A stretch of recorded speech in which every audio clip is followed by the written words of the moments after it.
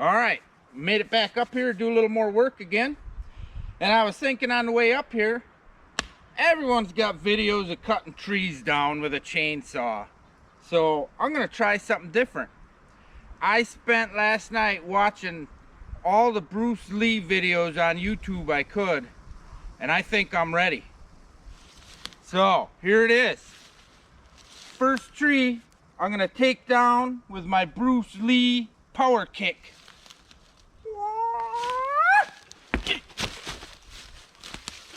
Maybe I just gotta stretch a little first here. Nah, I think we'll go back to using the saw.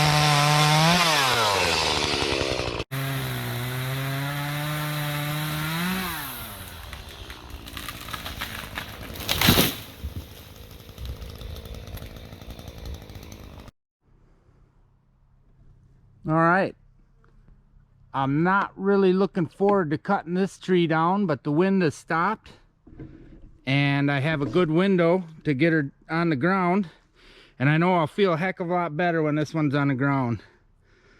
You notice I got a ratchet strap around it. I had a tree similar to this one, because I'm going to speculate that this tree is kind of dead on the inside, kind of rotten. And I had one similar to this, and I was cutting it, and it split up the middle, and all kinds of hell broke loose. And first, let me say, you know, I'm not doing any how-tos on cutting trees. I am far from a professional tree cutter, logger, whatever. I'm just some guy. I walked into a hardware store one day and said, sure would like one of them there chainsaws there, buddy. And I bought it, and I walked out and I started cutting trees. Granted, that was 20 some years ago, and you know, I've cut a ton of trees since then, and I've even cut some trees for money. But doing something for money doesn't necessarily mean you're a professional at it. It just means you found someone stupid enough to pay you to do something. But anyhow, enough talking about it. I'll get a reckoning, and if anything goes wrong later, I'll get a fixing in. All right, let's cut this bad boy down.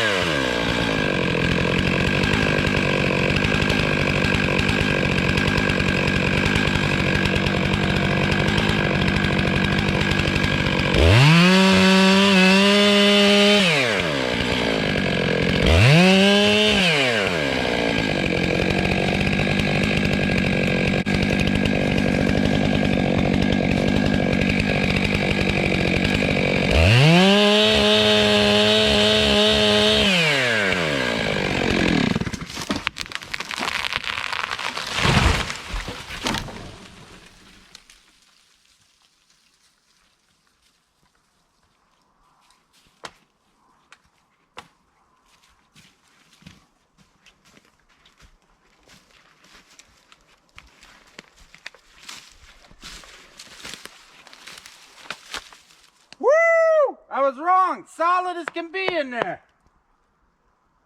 Oh, wait a minute here.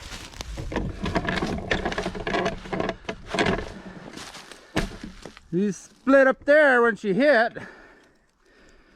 Well, she's on the ground. The hard part's over.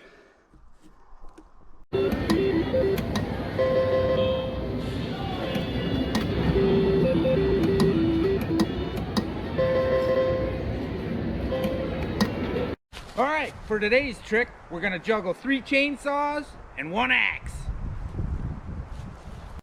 Now, if you take this tree and you factor in the position of the moon and the position of the sun, and then the Earth's rotational speed, you're going to want to cut this tree at approximately 72.3 degrees on a front cut going down. I pick stuff up, I put stuff down.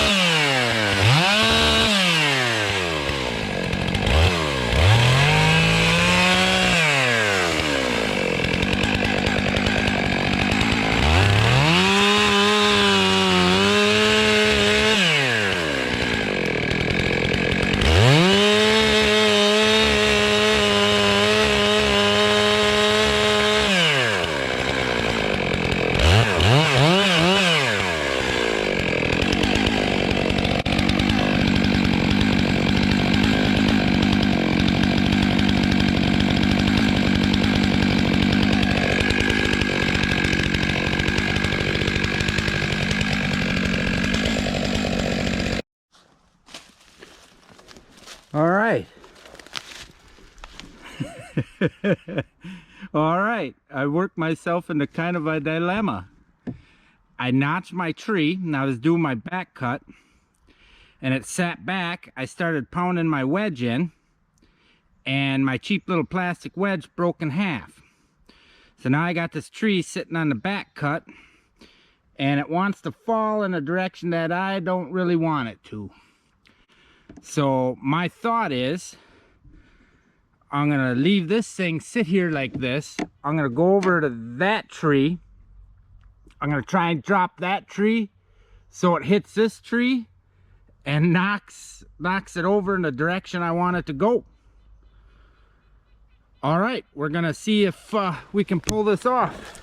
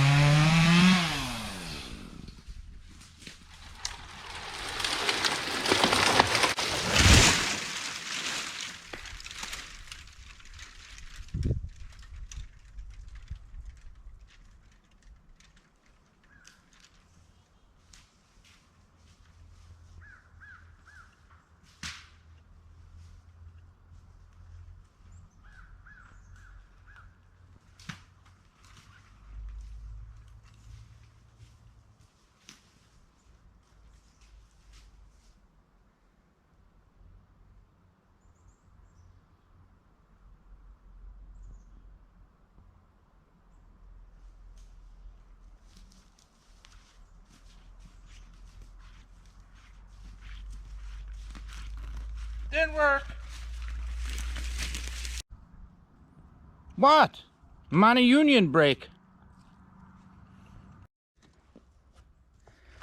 Alright, since that didn't work, I'm the kind of guy, I find myself in a hole, I like to just keep digging.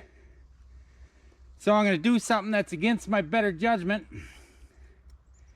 I'm gonna go over there and I'm gonna notch the tree up a little higher and try and fall it back into the woods now that it's leaning that way.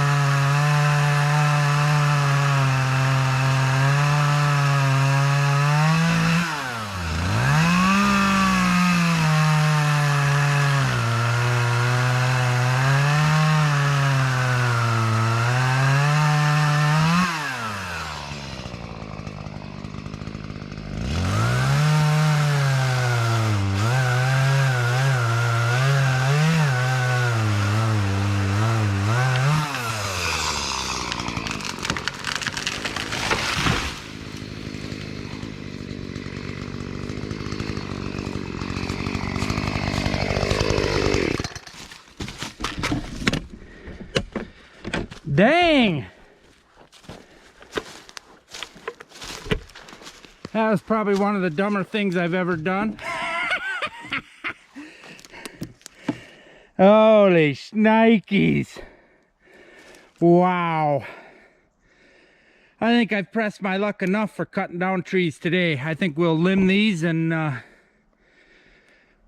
maybe do a little more chipping if I feel like I got the energy.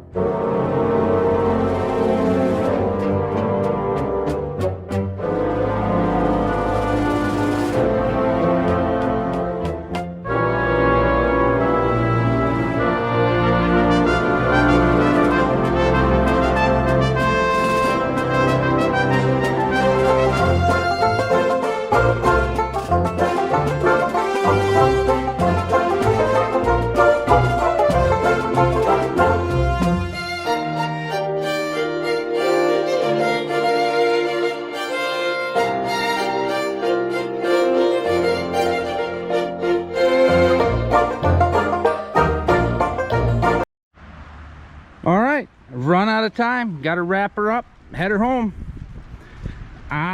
Figured I'd show you what I got done in a day and a couple hours. I didn't get everything I wanted to get done, but do you ever really? Normally I like to leave with everything stacked up, but I was tired. Felt like I worked harder than an ugly stripper, man. I was tired. But I still figure this weekend's a success. You know, I still got all 10 fingers. Make it hard to count to 10 if I lost one of those. You know, it's looking pretty ugly, but now it's almost to the point where I won't even really need to cut, just basically drag a bunch of this stuff out of here. And I might even wait till next spring when I have the tractor back up here, just because it makes it that much easier. Some of these logs I didn't chop up. Nice little aspen log here. Now I was playing around, and a couple weeks back, maybe a month or so, I sawed one of these up into boards, and I took a couple little blocks of that home. Man, this is awesome for carving. It's darn near as good as basswood. So that's why I left this log, because I'm probably going to take the chainsaw mill to it and cut me you know, 2-inch thick slabs, so I can practice my carving. I'm not very good at carving with a knife, but hey, you know, a little bit of practice, you know, maybe someday. But that's why I left this one long. And I know, like, you look at the firewood there that I'm starting to cut up here. A lot of people really don't like aspen, and you hear nothing but bad stuff about it. But quite honestly, it has its place. You know, I mean, especially if aspen's what you got, aspen's what you burn. I mean, you burn what you got. But aspen, you know, it burns kind of fast and hot. So, you know, if you're gonna cook, or like for me, if I'm at home in the workshop, I can, as long as you don't mind feeding the fire, aspen's great. And then it burns down to just like a powder. It's easy to clean the firebox out. I mean, aspen ain't too bad. The only downfall is, you know, you throw some oak in and you'll have coals. You know, if you're having a fire overnight, you know, oak or something like that, you'll have coals in the morning, where aspen will just burn and you won't have nothing in there to get your fire going again. But to all the naysayers that say aspen can't be good firewood, no way, man. Like, if you're gonna cook with it, you know, if you're just starting a fire to cook with, you know, it's nice, hot, clean. Yeah, aspen ain't that bad. It just gets a bad rap. And now that I learned that it makes awesome little chunks for carving, man, I'm gonna be saving a lot of this stuff. Probably won't have so much firewood of it anymore. But back to this wasteland here I got going. Basically what we're gonna do, our plans changed. We were just gonna clear up to that rock pile. Now our intention is to clear all the way down to where you see it kind of drops off there. And then on that drop off, whoa, look at that ugly one. Oh, will the hillbilly Larry survive trying to cut him down? Oh, time will tell. Stay tuned. Actually, to be honest with you, I'm probably gonna use a pulley and a snatch block and try and get that one down that way. But you know, it's got trees hung up in the side, on that side of it, and then you got all this garbage around it, so you can't even hardly get to it. And a guy's scared to even stand next to the thing, because man, that looks like it's ready to come down. And then there's dead trees in front of it. Woo! That one's gonna be exciting. That'd be exciting. Probably have to have a shot of whiskey before I tackle that one to calm the nerves. All right, anyhow, we get rid of all this junk. And if you see through there, you can kind of peek through, and there's a field there. The neighbor puts his cows, he rotates his cows, so they're there probably, they're in that field probably 2 days out of the year. 3 days out of the year. But still, we're gonna plant spruces lining the edge of that field to create kind of a border. And then in here, you know, we were thinking of doing some oaks and trying to leave some of the healthy pines, but I won't mind getting maybe a couple spaced out oaks or maybe some apple trees up in here. Time will tell. Yeah, we got all kinds of chips. I spread them out. I don't know if it'd ever start a fire or not, but man, you leave these things in a big pile, they start smoking and the whole works, get hot. So I always just rake them out when I'm done. Figure better safe than sorry. Yeah, here's what we got, and over here, holy smokes.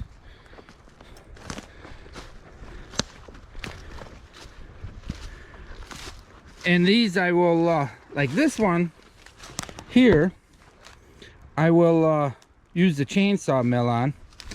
This one, God, you know, it's got a little bit of that rot in there. And if you've ever been around aspen or popple, or I guess there's some kind of bacteria, and the trees, when they get that color in there, they stink.